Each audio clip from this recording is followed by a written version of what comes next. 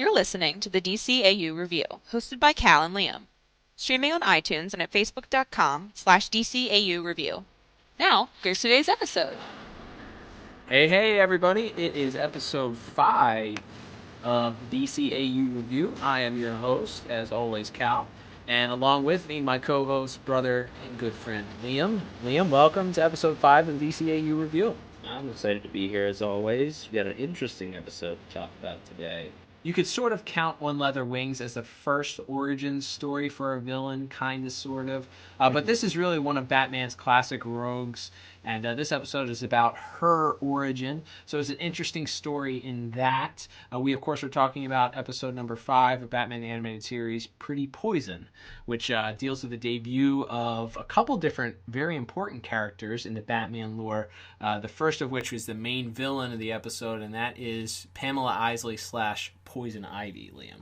Yeah, it's the first appearance, as you mentioned. We really get into her origins, and unlike the Man-Bat origin, which was basically he just liked bats, we kind of delve into the psyche of this woman and really see her compulsions. It's clear that, you know, when we get into Arkham Asylum, I think sometimes it's unfortunate in Batman comics it's almost just treated like another jail. Mm-hmm. The idea of the asylum is these people are insane. There's a certain sense of tragedy to them. Certainly. To the way they act, to the way they see the world. Right. They're not just criminals, they're criminally insane. Absolutely. And there's in the current Detective Comics run, Batman has sort of been trying to rehabilitate Clayface, and that's been a sort of a theme over the last couple of years of comics, and it's something that they've really looked at the tragedy and is this person, you know, how much blame goes on the person. Clearly they're insane, but, you know, they're still choosing to murder and kill and right. and cause havoc and sort of delving into the mind a little bit more of a cerebral episode compared to some of the ones, say, like last week where the Joker just sort of decided to rob people. We really get into why she does what she does and how she sees the world. Yeah, I would agree. I think this episode, and why don't we go ahead and jump right into the plot?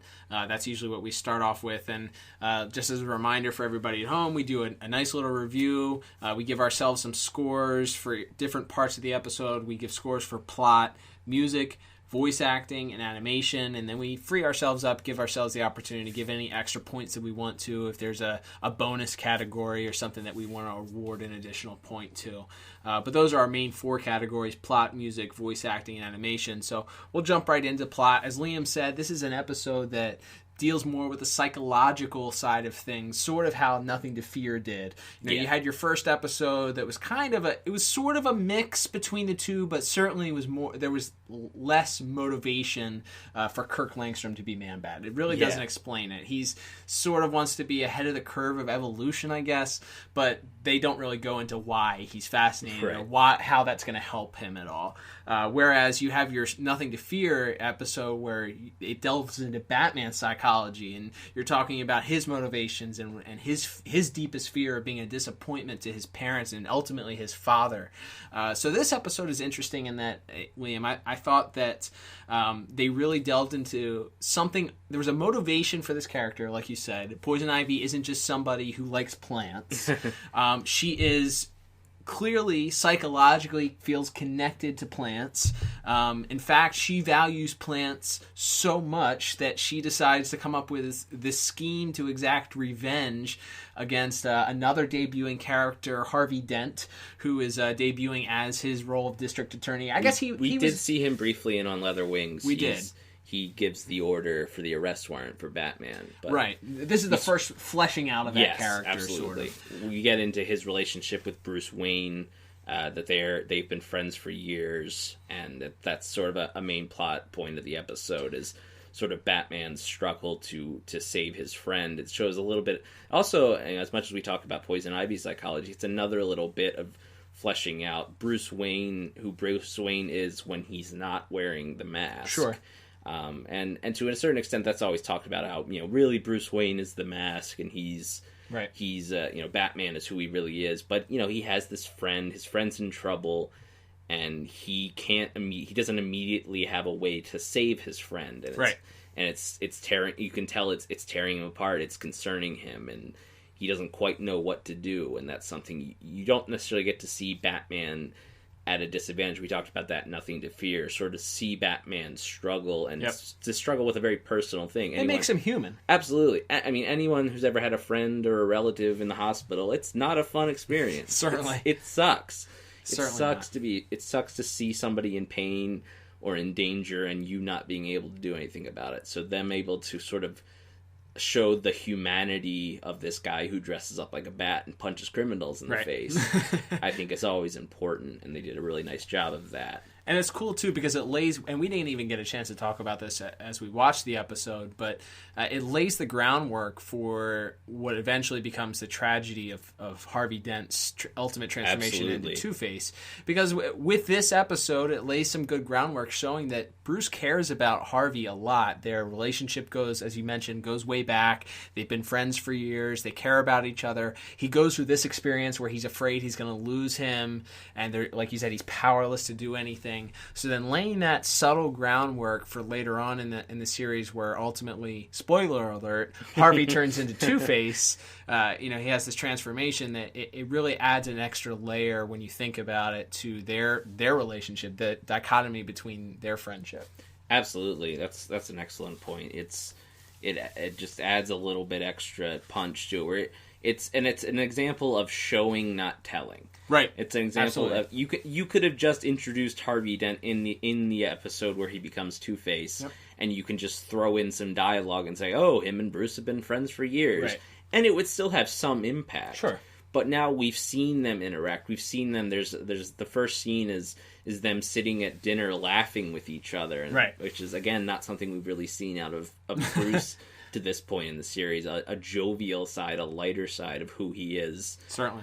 Again, when he's not wearing the mask. So to see this old friend of his be put in such mortal danger it's really powerful. And as you mentioned, it adds gravity. It shows you the relationship they have, and as if you know what's coming later, it makes it all the more sad, all the more heartbreaking for the characters involved when we get to that Two-Face episode. Certainly. So overall, I thought the plot was fine.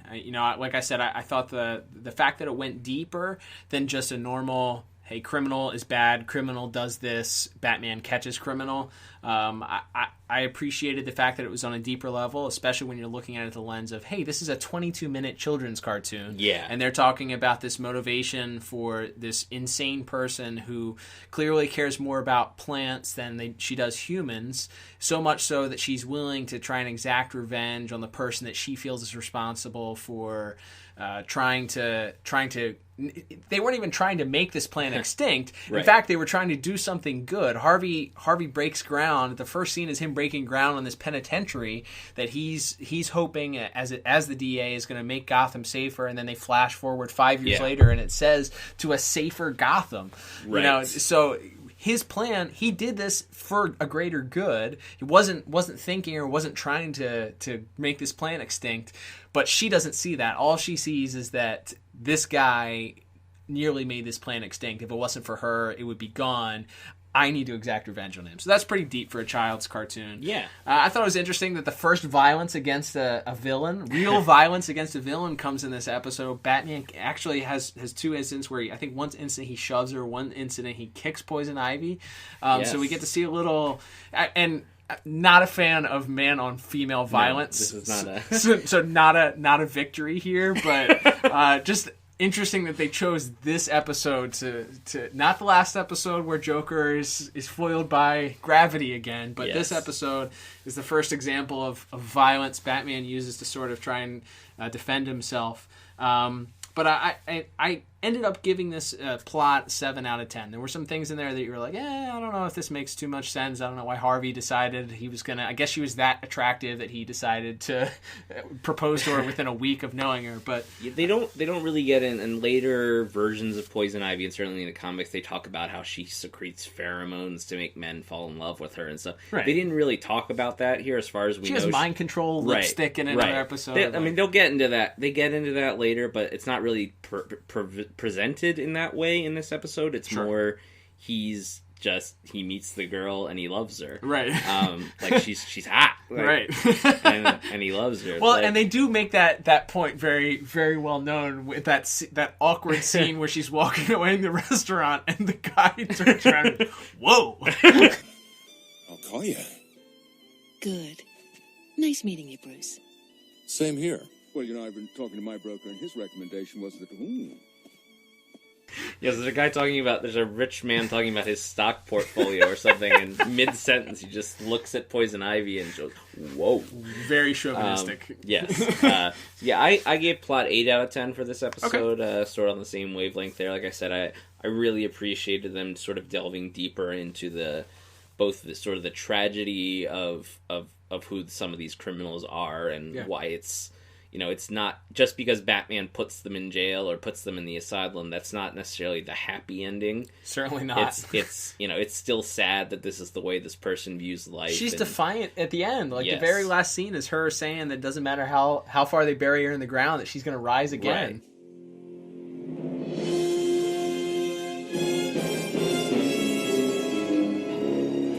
They can bury me in the ground as deep as they like. But I'll grow back.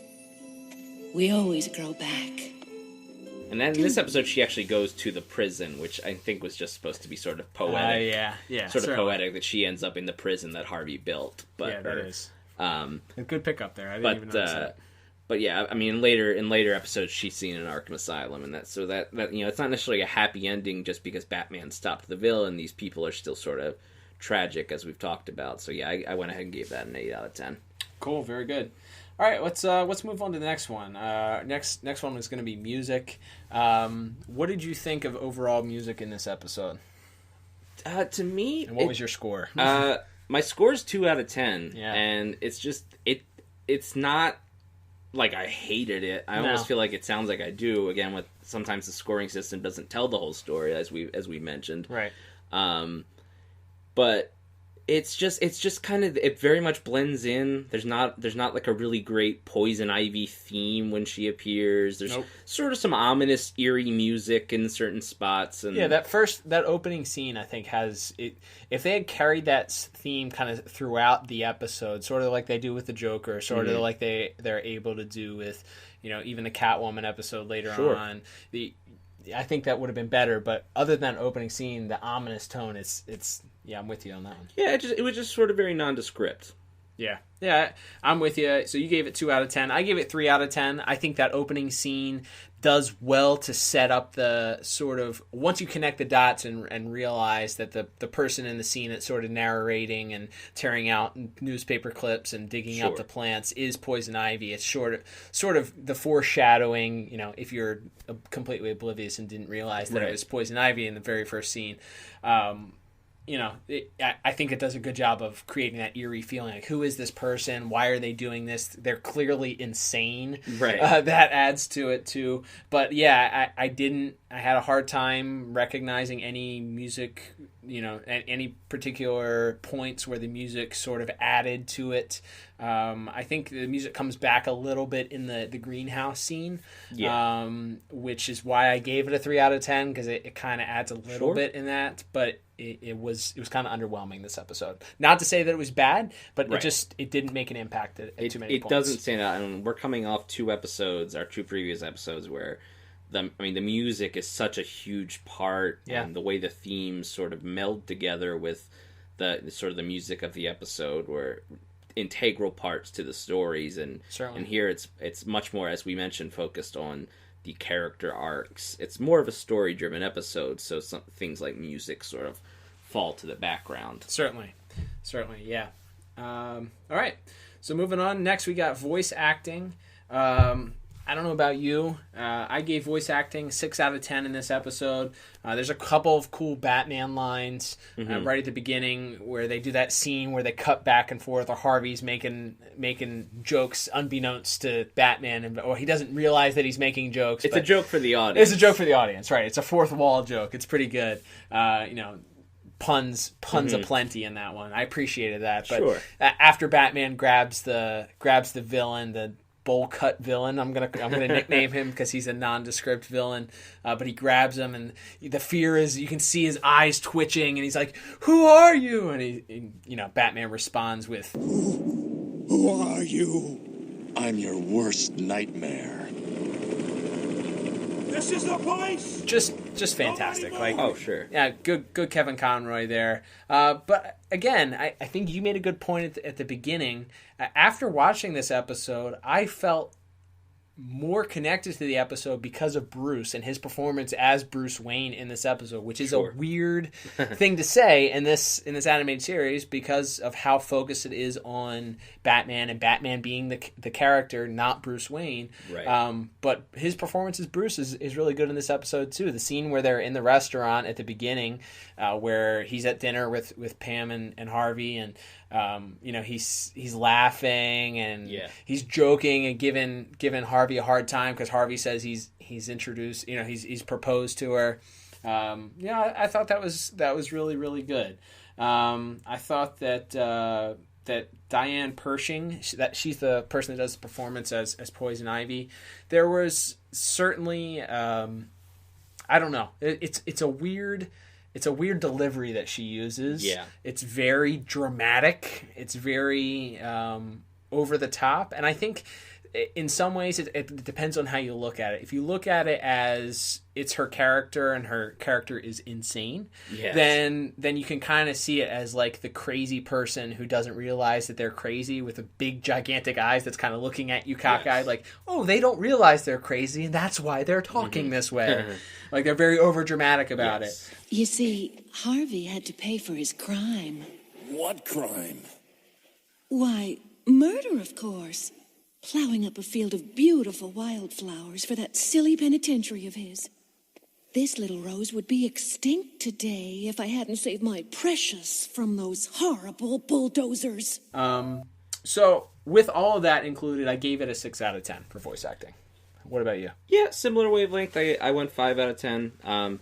She does have some very good lines near the end. There's a fire breaks out, and she basically has to make a choice between saving this rose that's about to go extinct. Batman's holding it over a cliff, basically, and demands she give him the antidote. And of course, she makes the save, and she calls the plant her baby. Yeah. And that's very well delivered. And again, what we've been talking about for most of the episode with the plot of this woman is tragically, she shouts that the blood of these plants is on Harvey Dent's hands. Yeah. It's like that's a very like theatrical, over the top, silly supervillain type of line. Yeah. But it is delivered very well. Yeah, she does And good. The blood of those flowers are on his hands.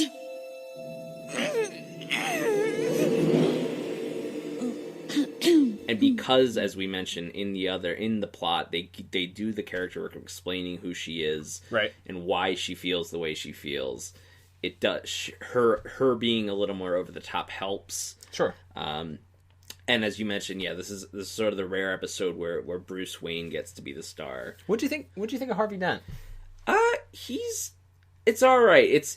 He does some really great work. I mean, as we get to the two-parter of Two-Face later on in a few episodes down the road.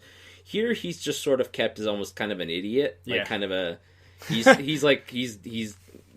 kind of the dumb, handsome, swaggery politician. You actually noted he happens to look like a former president of the United States. 44. Yeah, number 44. Yeah, it's weird, but he's not black according to Bruce Timm. Yeah, so he has a sort of a unique look from a design standpoint. But as far as the episode goes, he's just sort of a very kind of droll guy. Yeah. And he's got a deep voice, a commanding voice, but it's not really anything that really grabbed me here. Sure. And especially, again, if you've watched the show and you know some of the performances that are given as when he puts on that Two-Face voice and it gets real, and the gravelly, and sort of the transitions between when he's talking to himself as Harvey and Two-Face are sort of talking to each other.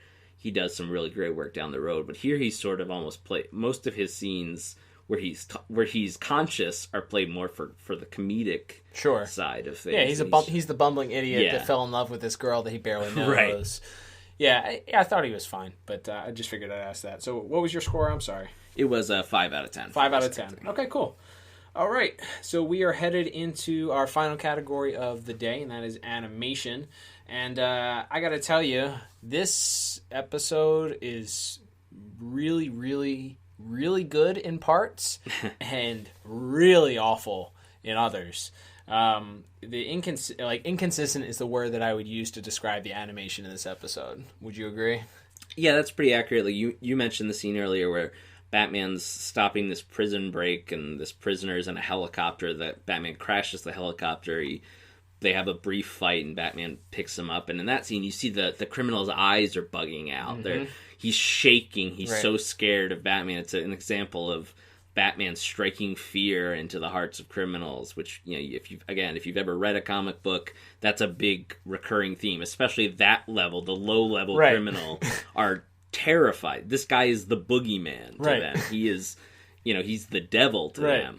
So that's really well animated. But then, and there's also a really nice little bit when Harvey passes out after the poison kiss. His eyes kind of do a lot of rolling around, and he does a really dramatic fall. So there's some really nice stuff, as well as sort of the final fight, where Batman's sort of wrapped up by the Venus flytrap, and then the fire breaks out, and Poison Ivy sort of inadvertently shoots the Venus flytrap, and you see the arrow go through it. And as gimmicky as the giant Venus flytrap is, it's animated super well. And that whole scene, I think, saved the animation score that I have for it for me, because without that whole scene, I don't know if they spent the entire budget on that scene alone or what happened. But everything else sort of around that scene, there is just so inconsistent. Even if there's two scenes where Harvey Bullock makes a comedic, they're running out of the police station, right? The first scene, he grabs a donut and throws it, takes a big bite out of it. And it's played for laughs. It's a funny scene. He's fat. He's fat. Ha ha. He loves donuts. He's a cop. Right. And then a couple scenes later, the same thing happens. He runs back, and I swear, if I didn't know any better, it was so Tiny Toons, Animaniacs, Garfield eating a giant thing of lasagna. That's the things that rolled through my head when I saw it. It's so cartoony. It's so comically bad. And it's just not what you expect from Batman the Animated Series. It just doesn't. It was not good. And there's a scene later where, after you mentioned the thug that Batman stops at the beginning is being taken away, and he's in handcuffs and being led by Renee Montoya to the police van or whatever. And it's very sort of awkwardly animated. There's just not as much detail. And again, when we talk about, that's why we're putting so much emphasis on the detail on the guy's face or on the later scenes, because there's scenes in the hospital where Gordon and Bullock just don't have much detail in their face. There's not much in the way of shadow. You made a good comment. It reminded you of the Fantastic Four or Spider-Man cartoons. I would go the Fantastic Four cartoon especially had real bad art. Yeah, it was. It was cheaply made. It's shoddy, yeah. Right. It's just not to the level that we expect a Batman Animated Series episode to be exactly. Animated, and it's rare that you're going to get something that I think looks that bad. Agreed. So, what was your overall score? So my overall score for animation is 4 out of 10. 4 out of 10. Again, it's certainly not the worst episode. I think I may have had a lower score or a similar score for Christmas with the Joker. Right. But it's that same sort of stuff, and that's what's probably going to affect, I think, the animation scores for both of us going forward. Agreed. Is sort of the lack of consistency that you're going to sometimes see. But what did you think? What did you give it? I also gave it a 4 out of 10 for all those reasons that we already stated, and I think, like I said, the only thing that saved it for me is that greenhouse scene. There's a lot of stuff in that scene that is animated well. There's fire that they do, which we already talked about, probably isn't something very easy to animate. The Venus flytrap itself is animated really well. The close-ups on her face when she shoots the Venus flytrap, accidentally shoots through it. And I will mention that she almost in certain scenes looked a little anime, and that's actually a compliment. Agreed. In the sense, there's one of the things that I think anime does really well is some of the reaction shots that you get. and she had a very expressive face, Yep. and she has bright red hair, Yep. and most of the characters have black eyes Yep. in the show, and she had very noticeable bright green Yep. eyes. They colored her eyes green. So it's just like so there's a few shots of her expressing, her reacting to either her incidentally shooting another plant, or the Yep. fire starts, or when Batman's threatening to drop this rose Yeah, down that was the good too. chasm, and she has these very expressive, very anime like facial reactions that Yep. really did work. That I think maybe kept the score from being even maybe a little lower otherwise. Yeah, it definitely would have been a little worse in my book. So overall, totaled everything up, gave this a 20 out of 40. What about you? Yeah, I'm right around there, 19 out of 40. 19 out of 40. Same thing. And again, like we're probably going to wrap this up saying the same thing almost every week. There's a lot of stuff. Like I said, the plot really carries that. I think if you read comics, sometimes you get an artist that you just hate. Yep. But the story's good. Yep. Or it's not necessarily that you hate the artist; it's just not for you. Yep. Or whatever. Sometimes that happens, and sometimes it'll be the reverse. Sometimes there's a Jim Lee book that's written by Frank Miller. Right. And sometimes you're gonna have a great artist and a bad writer. Sometimes you'll have great writing that's a little bit let down by the animation or the art. Certainly. So, and I think that's the case here. Yeah, I think it's in some ways, when I tallied up my scores, I think you were the same way. I was a little disappointed at the end of this because, like we said, the plot of this episode is good. Yeah. It's deeper. It's a better plot than The Last Laugh. It's a better plot than Christmas with the Joker. Yeah. But unfortunately, it may end up scoring a little bit lower than those two just because of some of the other inconsistencies, the music, the lack of good animation. So it's just kind of how the cookie crumbles, you know? Yeah, and at the end of the day, I don't think we've come to an episode yet that we've really disliked. Don't worry, they're coming. Oh, sure. We're getting the Underdwellers is coming soon, folks.